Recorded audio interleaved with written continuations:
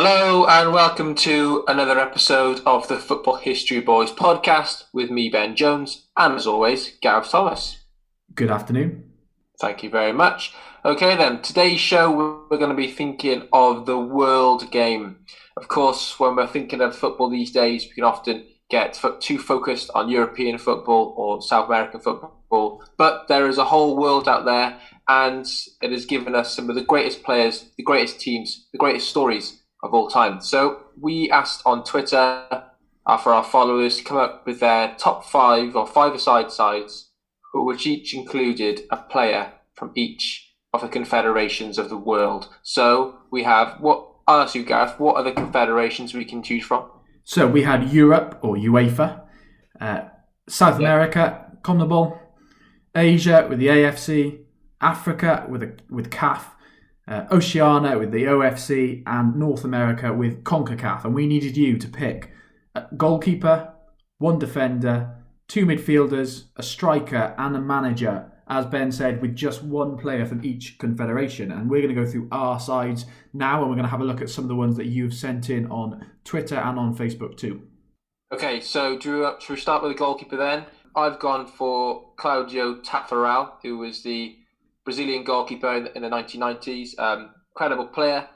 Brazil not known for its goalkeepers really, but this goalkeeper was one who's incredibly famous and a bit of an idol for Brazilian goalkeepers of the modern day. I think Alisson saying Taffarel was a player he looked up to when he was playing. So that's my first pick. He's from obviously from CONMEBOL. So I've used that confederation. I was going to use it later on, but I've decided to use it as my goalkeeper. He played over 300 games at league level. He played over 100 times for Brazil. He won the 94 World Cup. He was runner-up in 98. He won 2 Copa Americas as well, and a few other tournaments. He got a silver medal at the Olympics. So he's a player who achieved it all at international level. He's a goalkeeper in the 90s, which was quite big because Brazilian football, after the exit in 82 when they played the most beautiful football, they had to change a lot of what they did. So the goalkeeper became one of the most pivotal positions for them, and Taffarel really did exemplify that change in ideology. Who have you chosen? I've gone for, and just another key rule that we said, it can be men and women. I've gone for probably one of the greatest women's goalkeepers of all time. I've gone for Hope Solo from the USA, CONCACAF. 202 caps. That's staggering, isn't it? 202 international caps. That's mental. 2 Olympic gold medals. Won the Women's World Cup in 2015. The runner-up in 2011. She won Golden Glove at both of those. Best goalkeeper. She was in the All-Star team in both of those. Interestingly, in 2011, she won the Bronze Ball, the third best player in the tournament. She's a goalkeeper, which is an incredible stat, really, because goalkeepers don't normally get recognised in that way. Won the She Believes Cup, won the Women's Gold Cup in 2006, 2014. Just an incredible goalkeeper. Really stretched that whole span of American dominance, really, isn't it? That have been the 2000s and the 2010s. Yeah, she's one of those players that she's gone beyond the sport, really, isn't she? She's known by a lot of people, even if they're not necessarily into football or women's football. They know about Hope Solo. She's an incredible player and incredible figure in that squad, and obviously their dominance of the recent years is, a lot of it's down to a strong goalkeeper. So there we go. Yeah. Good choice. Do you want to give us your defender first? Okay. So I've made a thing that I'm not, basically this is a disclaimer, I've not picked Messi. I said I'm not going to pick the obvious then, if you will. I've done the same, yeah. Because it'd be very easy just to pick Messi and the best players who've ever maybe played the game. So I thought I'm going to mix it up a little bit. Maybe it is a 5-a-side side rather than an 11. And so I've gone for one of my favourite Brazilian defenders of all time, certainly in my lifetime, Lucio. I love Lucio. Really big fan of Lucio. 105 caps for Brazil, 4 goals. He won 3 Bundesligas, he won a Serie A, he won a Champions League. And of course, where I remember him really, my first World Cup, we've said before, 2002, he was a colossus in that side that won the World Cup. He also won the Confederations Cup, which of course is a confederation tournament, I guess this isn't it, and he has won that tournament twice. Yeah. So in that way he fits, but also he's just a commanding centre back, but also that Brazilian way, comfortable with the ball at his feet as well. So he's not just a sort of hoof it away. He can play with it as well. I thought you were going to go for Roque Jr. He's always good on Pointless. Actually, Rocky Junior. He was a Pointless answer the other day on Pointless. Was he? Yeah. But Lucio was a great player. He's one of the first players to really break my heart. 2002 Champions League, Liverpool got to the quarterfinals and against Bayer Leverkusen, and he scored the winner to knock us out in the last minute. And we would have gone on to play Man United in the semis if we'd won that. But yeah, he remember him breaking my heart as a child and being upset. But he's a player who's to score some massive goals as well as being such a good defender. I think in the Confederations Cup he scored a few massive goals, and obviously on the Inter Milan side, which won it all with Mourinho, he was a bit of a colossus at the back with Walter Samuel, another commendable player. Yeah. My defender, I've gone for the classic, gone for Paolo Maldini. I've used up my UEFA player there, so not much needs to be said about Maldini. I think he's one of the players that a lot of people will pick. Won it all at club level. Didn't quite do it at international level. He came close a few times. Got to the World Cup final. But yeah, incredible player.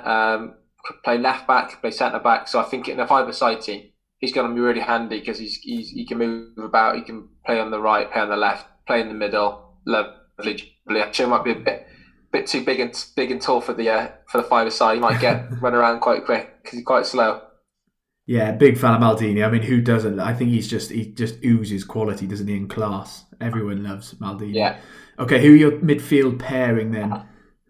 Well, my first midfielder used up my OFC because he played more in the OFC, so it's Australia's Harry Kewell. Of course, you could argue he's BAFC because Australia these days play in the Asian Confederation, but I think when he was making his name at his height, he was definitely playing in the Australasian qualification. So yeah, Harry Kewell, what a player he was. He definitely one of the first Australian superstars of football. I remember when we were growing up, he was one of the best players in the Premier League for Leeds first, and then obviously moved to Liverpool. But yeah, he was just a great player, great winger. He's a bit of a classic winger. He wasn't necessarily the fastest player, but he had a lot of technical ability, a great cross on him, and he could score quite a lot of goals. So yeah, gone for Harry Kewell. Just a fantastic player, and a player who really put Australian football on the map. Okay, I've gone for. I'll get in my Australian then as well.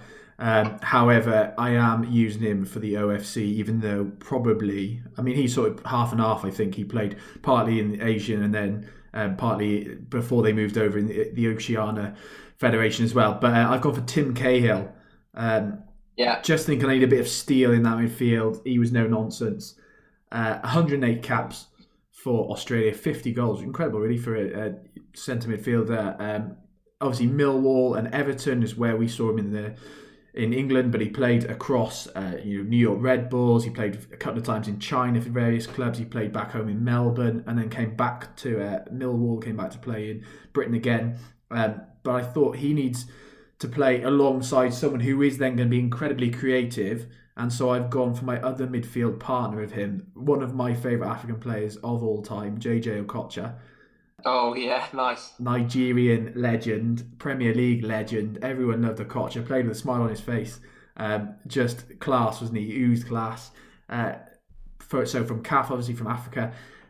73 caps, 14 goals for Nigeria. Bolton really was where he found fame, and that's where we got to know him well. But obviously, he's had an established career across the world, really.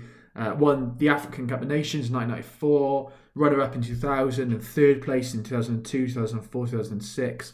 And, of course, I think probably most famously, Olympic gold medalist, wasn't it, in 1996. So that side, really, with Okocha in, I loved it. He was so good, wasn't he? His skill, his trickery. Yeah. I think he'd be superb in my five-a-side team alongside Tim Cahill. Yeah, I was a massive fan of JJ Okocha. That Bolton side, which used to sign a few legends, wasn't it? I think Sam Allardyce, you got Hierro from Real Madrid legend in there as well, and you had Mario Jardel. But yeah, he was great. He was such a good player. Like you say, playing with a smile on his face. I've gone for, you like this one, I've gone for Junichi Inamoto. Oh, love it. Japan's. Yeah, that's my AFC player used up.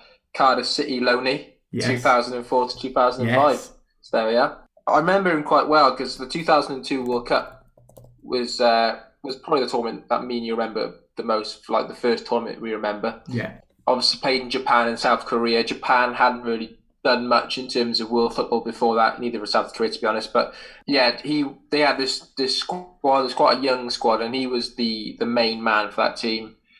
I remember watching him scoring the goals in the World Cup, and he was massive. Obviously the Japanese fans loved him as well, and he helped propel that Japanese squad into the knockout rounds against the odds. He moved to Arsenal in the early 2000s on loan, I think. I think he played a few cup games there. So having a Japanese player in the Premier League for a little bit as well was obviously massive. But he was just a good player. He was just a great player to watch. Quite small, quite diminutive, but technically again very gifted. And I think alongside Harry Kewell in midfield, that's going to be a good five-a-side midfield. I think I'm thinking very practically with my team. Yeah, absolutely. You've got to balance it. You've got to balance it, haven't you? Yeah, I think a Kocher though would be absolutely stunning in five-a-side. Oh, can you imagine him? Can you imagine him down Galway, we've got in Cardiff? Ridiculous. I mean, this is why we did it, really, because it's good to appreciate players from outside of our shores, isn't it? I think we're very sometimes Eurocentric. Of course, that's where we watch most of our football, but it's good to think about players from across the world. And so I've not gone Europe for my striker. I've gone for someone who is my favourite sort of Asian player at the moment is Song Hyun-min, who of course is playing for Tottenham at the moment. Yeah. Song is so good, so good. I'm a big fantasy fan. You know that I play an awful lot of fantasy football, and Song is so good for that. And obviously he's come back from military service recently. He's done his military service, or he did a few weeks of that, didn't he, during coronavirus? Did very well. Yeah, he did. I think he came top of the class, apparently. But what a player Song is. I mean, he's so good for Tottenham. Then when they brought him in, it was a bit like, how is he going to do? He came from Germany, didn't he? Thinking, how is he going to adapt to the Premier League? But he has been, alongside Kane, who has had his injury problems over the last couple of years. Song really, at times, has held Tottenham together, isn't he? And when they've needed that guy to pop up, full of energy, find a goal, Song's been that man. So for me, I'm a big fan of Song. And so I think, again, energy of five-a-side, Storm in the Premier League, again, got good technical ability as well. I think he'd be good up top alongside, or working alongside people like JJ Okocha. Excellent. So you've only got UEFA left. Yeah, so my manager. I still have Africa and CONCACAF. So Africa and North America is what I've got left. Okay, my striker as an African striker, can you guess who it is? Sami Eto'o? Or Didier Drogba? No, I was thinking of Eto'o, but I didn't go for him. Go on, one more guess. Drogba? Incorrect. I've gone for something a bit closer to my heart. I've gone for Mo Salah.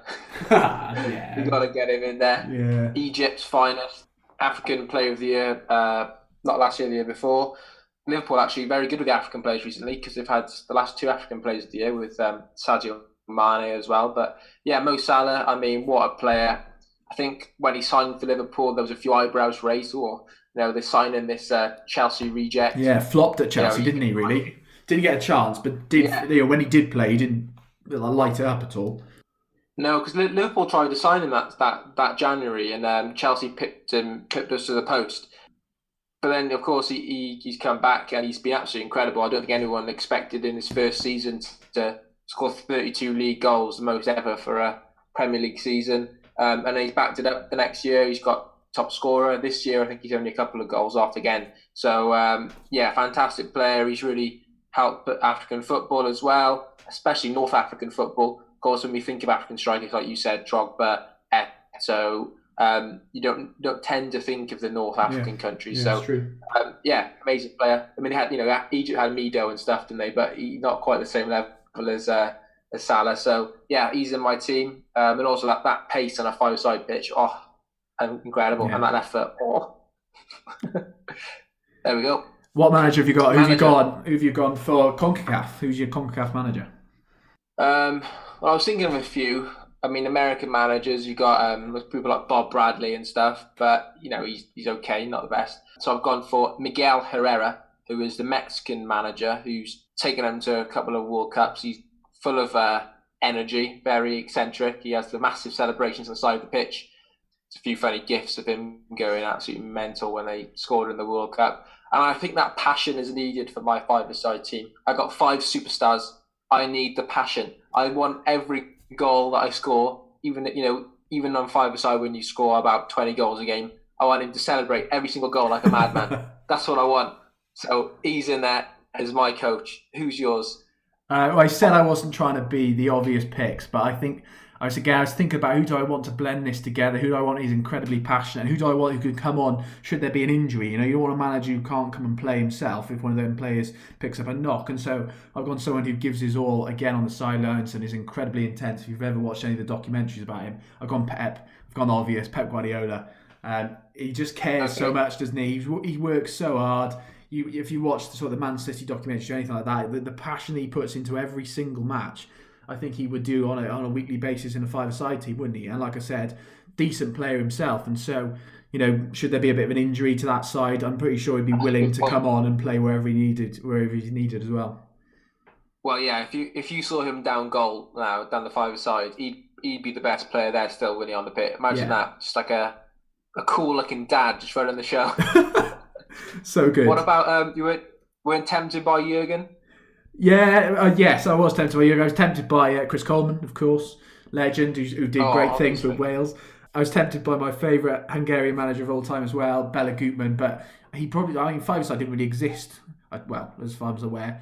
Maybe there's a history of five-a-side blog somewhere, but back in the sort of the 50s when he was playing, and so I've gone for Pep Guardiola because I think he would love it still. I imagine he still has a kick about the knee himself, so I think I've gone Pep. Great, let's take a break and then we'll come back and hear some of the shouts that people have come up with. We'll have a think about some of that and then we'll tie that in, and interestingly, to a question that you've asked today that's gone down very well about some of the most underrated managers of all time. Perhaps we'll continue this discussion.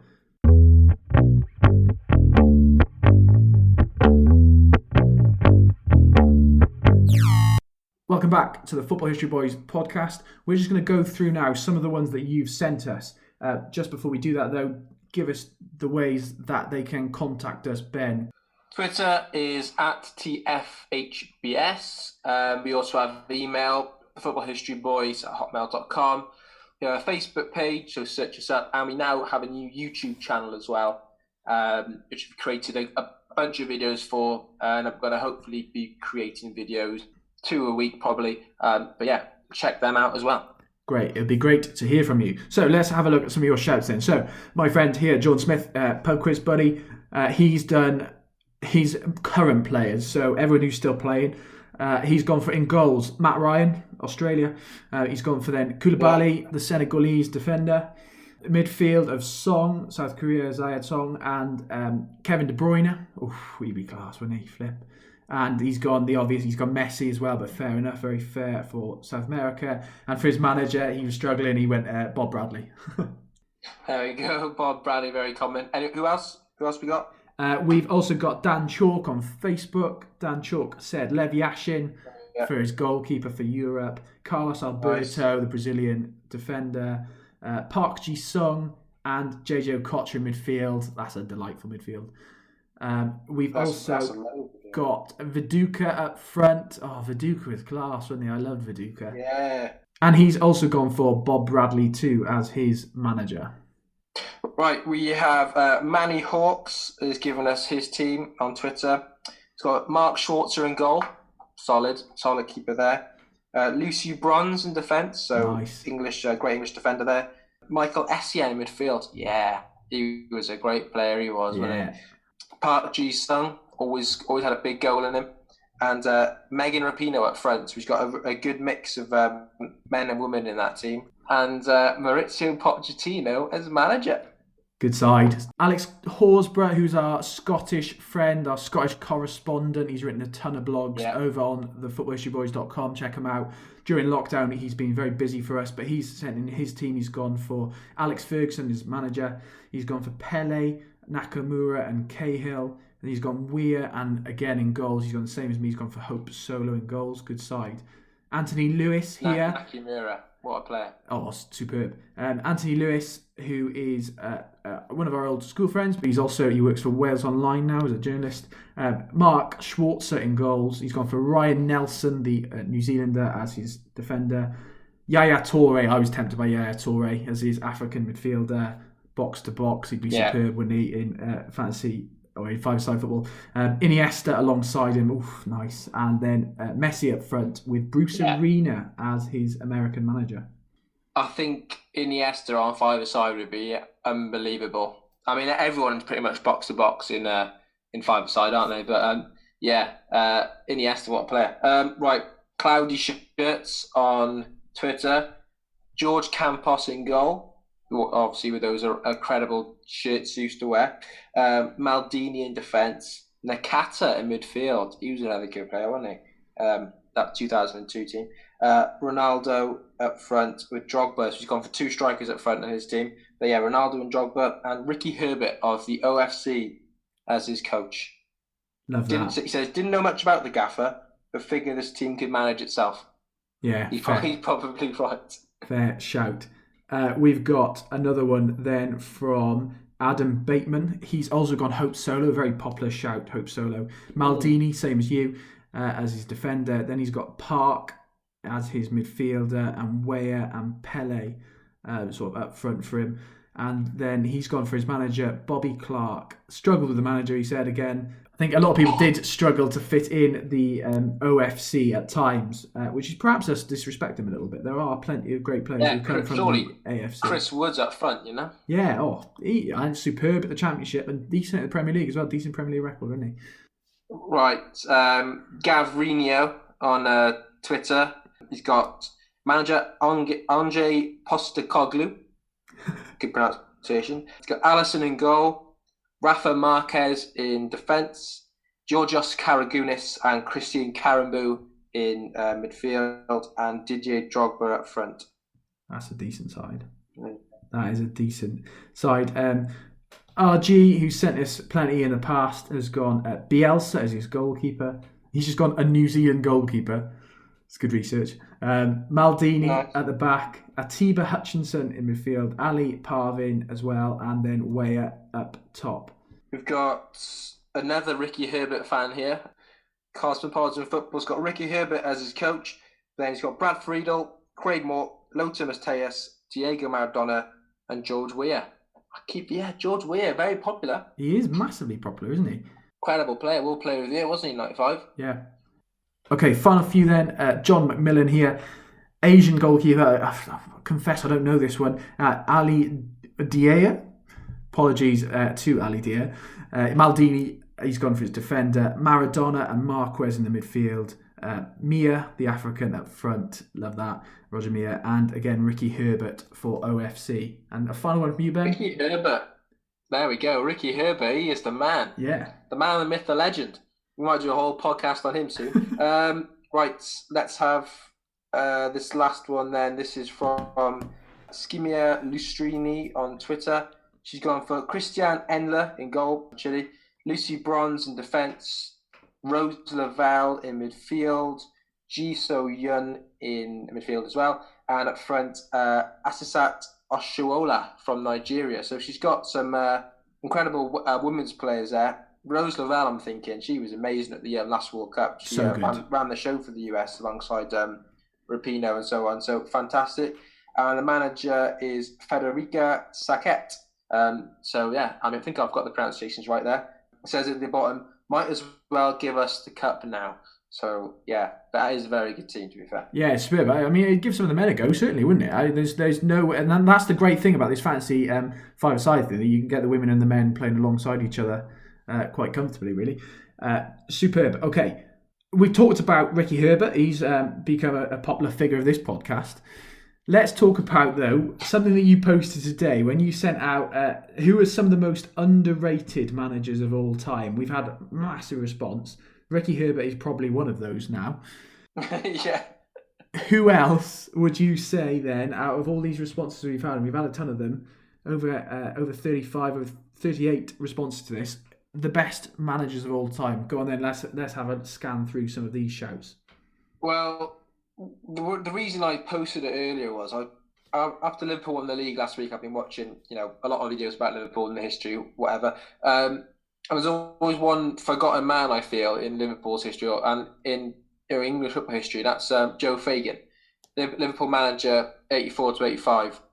And he managed 2 seasons, but in the one season he won a treble. He won the league, the European Cup, and the League Cup. The following season he got to the European Cup final again. Of course, that was the Heysel disaster, which I think had a big effect on him personally. So he didn't carry on after that. But he's a fantastic manager, and he is forgotten a little bit because he's in amongst Paisley and Dalglish. So I asked on Twitter, what do you think? Who's an underrated manager? So first up, we have Herbert Chapman. Underrated or forgotten purely because it's so long ago. What's that? Forgotten, I think, isn't it? Yeah, I think that's like I wouldn't say he's underrated. I think he is forgotten because I've been writing about him lately. One of the blogs that I narrated for our YouTube channel is the one about the history of shirt numbers and how they come in the 1933 FA Cup final. But Herbert Chapman is someone who is an innovator, and whilst he was a phenomenal manager for Huddersfield and Arsenal, alongside that, he was also very much a media man. He was a man who cared about the image of a football club. He was a man who brought in sort of white shirt sleeves to Arsenal, as we see with what Arsenal have white shirt sleeves. The reason behind that, because he thinks it's better for peripheral vision, and as you're playing, you can see the white shirt sleeves rather than just the whole red shirts. A bit of incredible innovator. I mean, he brings in tactical meetings, the whole boards, and having a before the match and saying about this is how they're going to play, this is what we need to do to counter it. He was a superb manager. So yeah, I think that's a fair shout. He's probably forgotten, isn't he? Yeah, I would say forgotten, not underrated. He just suffers because he's pre World War II, isn't he? Really, a lot of football is forgotten before that. So that's one of the reasons why we set up this blog. I think to tell everyone that there's more to football than what comes after the war or after 92. Right, let's have another one. Helenio Herrera of Inter Milan. That's from Chris Kelly. Now, we've done another video on YouTube, a react video to Celtic Inter Milan in 1967. Helenio Herrera was the manager of Inter Milan. He won the European Cup a couple of times in the mid-60s. He was one of the innovators of the Catenaccio style, that quite defensive, rigid style of football, and which the team would go all out for a goal early on and then put the bus almost and defend. But it's a style which, even though it's very pragmatic, it does work, as seen through Mourinho in more recent years, or Greece in 2004. But it is often forgotten, probably because of the style of play, I would imagine. I think if football romanticists tend to hark back to the teams that played the most beautiful football, like Celtic or Ajax later on. Who else we got? I like this one here from Russell Chapman. Arrigo Sacchi. Sacchi was superb, wasn't he? Superb. A shoe salesman, that's hard to say. A shoe salesman turned revolutionary.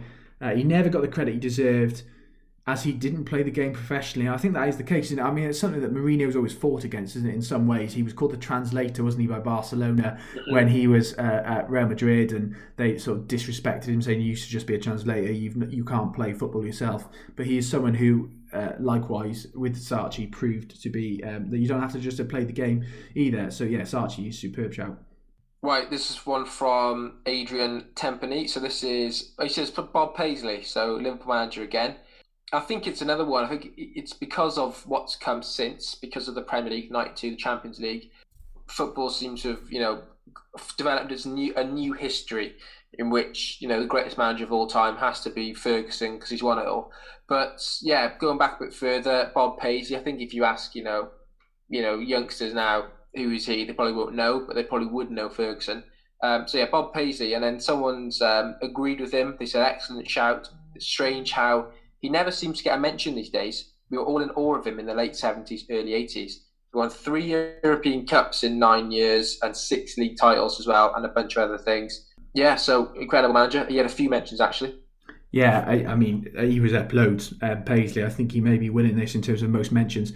Another one I liked, Clinician FC, Renus Michels. I like this one because actually, before we started doing the Football History Boys stuff, he's someone that I hadn't heard of. I didn't really know anything about Renus Michels until you start looking a little bit further and digging deeper. But actually, he was a major part of total football, and in the 70s, that Holland side, when you talk about how good Netherlands were, the fact that they're probably the best side to never win a World Cup and all those different things. He was at the forefront of that, him and Cruyff. And so I think, definitely when you talk about underrated managers, Renus Michels. Yeah, absolutely. Total football. Adam Bateman's one for Vic Akers. Of what a manager he is. I mean, he revolutionised the women's game in Britain, really, with that Arsenal women's team. We've written about him in our new book, which will be coming out next year. Yeah, he completely dominated. They completely dominated football, didn't they? But there used to be a time when we were in school and everyone would say Arsenal women's team are better than the men's team, and in terms of trophies and success, they definitely were in that regards. And they used to win the FA Cup every season almost. They won the quadruple, I think.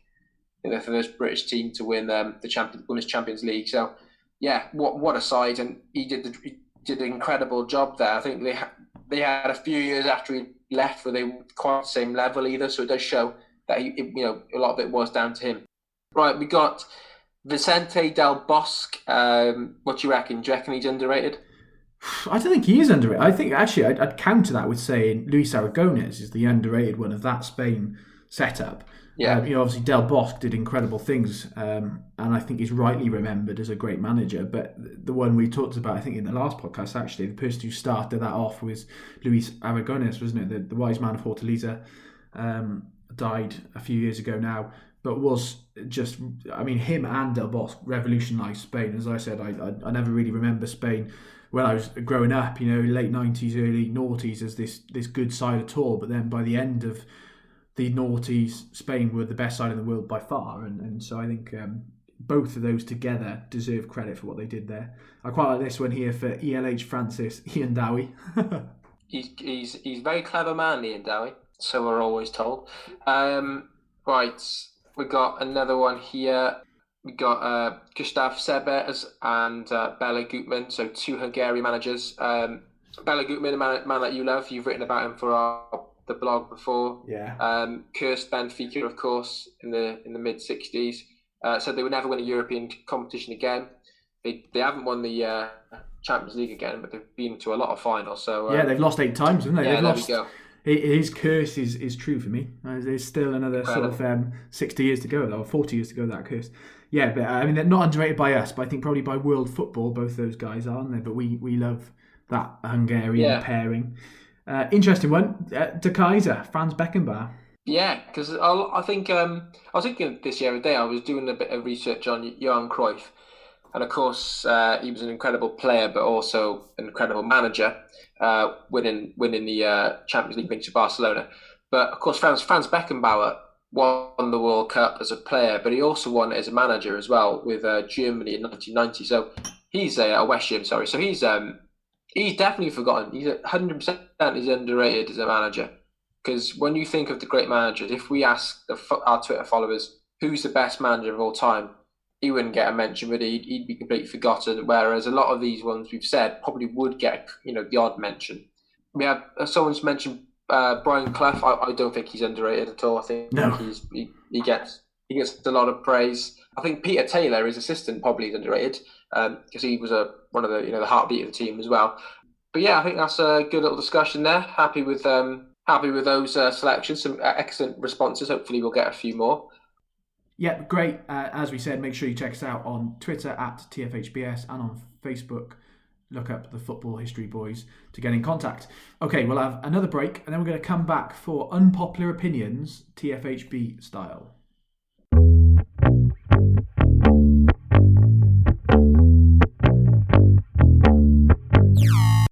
Okay, welcome back to the Football History Boys podcast. Something I want to do for you, Ben. You're going to quiz me in a second. But firstly for you, yes or no answers, and then you can expand on them slightly, okay? So just initially yes or no, but then you can expand on them. I want to hear what everyone else thinks as well, so get in contact with this. Nice easy one to start off with. VAR, yes or no? Yes. Why? Because if history has taught us anything in football, everyone always gets ratty about any new technology coming in, radio, television, Premier League, anything, and then it always turns out that people quite like it and it works quite well. I think it's just got to be ironed out the creases, and I think eventually it will be fantastic like it is in rugby. There we go. Agree. Okay, next one. In light of them removing the 3 p.m. embargo because of coronavirus, televise every game live, yes or no? From now on? Yeah, so from the new season, fans are allowed back in. Everything's back to normal, as normal as we can get it. But do we continue to televise every game? I'm going to say... Oh, God, this is really difficult. As a watching football fan, I'd say yeah, because my team play in Liverpool and I live in Cardiff. However, as in terms of football purity, I'd say no, because when people always get scared, don't they, that the gate receipts are going to go down massively if it's all on TV, and that's probably the case. I think you can show all the games in America or whatever, and you'll be fine because you're on another continent. But I'd say no. I think 3 p.m. games, keep it how it is, keep the traditions, keep some traditions of new. Yeah, absolutely, and I agree. I think the hardcore fans wouldn't stop going to their local club. But if it was raining really hard one day and your local club were playing down the road that you normally attend, or you could watch Liverpool Man United on the telly, you wouldn't leave your house, would you? You'd stay home and watch that game, and that would damage local clubs. Maybe not the size of sort of Cardiff City Championship. You get a load of fans going, but some would. Some if you had to pay a big subscription for an annual TV pass or whatever, you may think, I may not get a season ticket this year, I'll just watch it on TV. So yeah, that would damage clubs, I think. Okay, is Ronaldo better than Messi because at least Ronaldo's done it internationally? No. He's done it internationally, sure, kind of fluked his way to that Euros 2016 win. Messi's got to the World Cup final, isn't he? He's got pretty far. And at club level, he's just a better player. Ronaldo's great, though. I think they're both probably the top 2 players of all time when they finish. But I think Messi is still a better player. He's a better goal scorer. He's a better passer. He's a better free kick taker. He's a better everything, really, except for headers, probably. That's a fair shout. Ronaldo's superb, as we said, superb. But and that's always going to blight Messi, isn't it? The fact that he's not got that World Cup under his belt. I'm going for him with that. Yeah. Okay. Do you enjoy football more supporting your local club, or / is football better in the stadium? So is football better in the stadium than out of it? Is it not the question? Yeah. Yeah, probably. I think it is. I quite like going to watch like a Wales game in the Cardiff City Stadium. I think it's the atmosphere is brilliant. It's like an experience, isn't it? You can watch it on TV, but you can turn it off, change channel or whatever for a bit if you need to. But no, I think when you go to the stadium, it's an experience. You look forward to it. You look forward to what you're going to go for, what food you're going to have before the game. What you're going to bring in. I think when I go to watch Cardiff, I like to go to Lidl. The supermarkets are available. And I get a nice focaccia and take it into the stadium. And it's lovely. Watch some good football, hear the songs, sing the songs, go with my dad. It's nice. Yeah, I think it's definitely better at the stadium. Yeah, I'm really missing it at the moment. Every Cardiff game is broadcast for season ticket holders, so you can watch it online, but it is not the same. It's more stressful in my eyes as well. I just live to constantly stressed watching these last 3 games. It's been so much worse than actually just being at the stadium. Okay. No footballer from history is better than any of our top players today, i.e. footballers are better now than they've ever been before. Yeah, footballers are better now than they were before, purely because of things have developed, technology, the standard of pitches, the standard of training, the standard of nutrition. The modern day professional is a proper professional. If you look back to the 60s, 70s, you'll see footballers having a cigarette at half time, weren't they, or something. So I think in terms of general fitness and everything, they're better now. However, if you gave, Pele, Maradona the same level of professionalism that's offered now, they probably would be as good. Fair. That's a good shout. Is fantasy football ruining football? This is more me. No, I've tailed off that loads recently because of the Premier League's gone a bit crazy with the fixtures and time, but never know what game week it is anymore. So I've sort of forgotten to do it, but I need to edit that. Thanks for reminding me. No, I think it's quite fun. Fantasy League. It's just a nice, fun experience. It makes those games that you're not really interested in become vital because you've got a £5 million left back that you need to get some points for you. So I think it's good. Yeah, I was going crazy yesterday actually when Bournemouth scored late on because the guy I'm playing in my head-to-head league has 2 Newcastle defenders, and so I went mental when Bournemouth scored in a 4-1 loss because it meant that he lost 2 clean sheets in the last minute. So I think in that way it's great, but yeah, I can understand it. Also ruins it a little bit because you can watch a game and be annoyed that none of your players have done anything. Okay. Yeah. Oh, so annoying. Lampard was better than Gerrard because he won more. No. No, I mean, you could definitely do a whole podcast on the Gerrard, Scholes, Lampard debate. I think in terms of they're very similar. They're both fantastic players. I mean, even though I'm a Liverpool fan, I'm obviously going to say Gerrard. I mean, I do think Lampard was an incredible player. His goal scoring record is out of this world. I think Gerrard was a more complete midfielder. I think he was better defensively, and he also was as good attacking.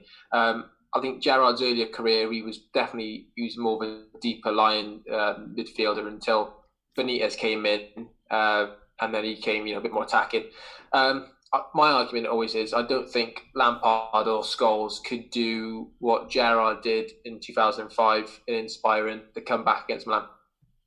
Yeah, fair shout. Both incredible players, both seemingly doing very good jobs in management as well. Certainly Lampard has done a fine job. Last two. The Premier League saved English football.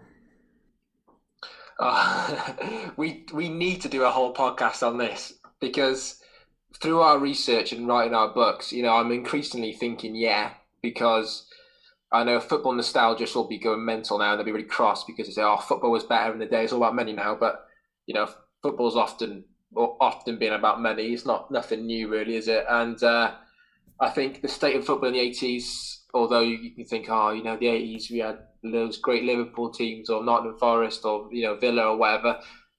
Fans weren't going to games anymore. The standard of stadiums were terrible. Football hooliganism was massive all around the world, not just in England. And I think, and even for things like Italia 90, even though people think it's great now, it wasn't, but it was a catalyst for change. The bounce rule, got ditched or whatever. 3 points for a win became more widespread, and I think football against the Premier League has regained fan base. It's the attendances has gone up massively. The only thing is, it's probably affected lower league football quite a lot. Yeah, significant. And I mean, you look at the plight of people like Wigan who've gone into administration this week because of COVID, and you look at the money in the Premier League and the fact that the finances there are so obscene. The gap is widening, certainly. But yes, did it save football? Probably. In 92 it did. And we will. Yeah, we will do a pod about that at some point. And finally then, Manchester United are a bigger club than Liverpool. Oh, you can't ask this to a Liverpool fan.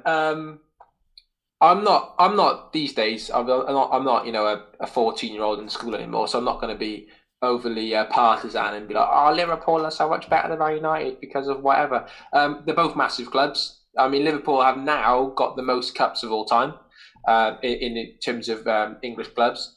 I don't know if they're big or not. Man United have got more fans worldwide. They're a bigger commercial product, I think, as of right now. It's weird, in terms of when you're looking at it. Right now, Liverpool are probably bigger because they're better. But, the last 20 years, Man United were much better than Liverpool. But the 20 years before that, Liverpool were bigger.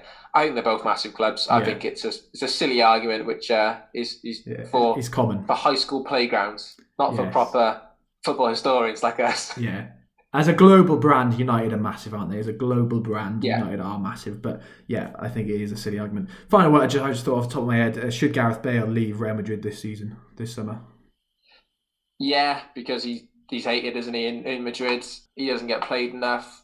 I don't want to see his career just fizzle out a bit, like a bit of a useless thing. Yeah, he's got a year until Euros. Oh yeah, the golf stuff's hilarious, and like some of those pictures of him in training and like lining up golf shots and all that stuff like that. But almost that's not what you want to see from him. Like it's funny. No, it's funny, but that's not what you want to see. And a year to the Euros, I don't want us to have a rubbish Euros where we draw 3 games or hopefully don't lose anything. Yeah, when I see a tweet about Gareth Bale pop up on the timeline, I don't want it to be about him, photobombing a picture by pretending to pick up a golf tee. I want it to be because Gareth Bale scored another world-class goal, So yeah, he has to leave. Agree. Okay, final thing before we head off then, give me your quiz, guess the year. Okay, first clue is Walt Disney dies. I think it's 66. You're having a laugh. Right. All right, I'm changing it then. Gonna have to do a new one. I'm going to keep this in though.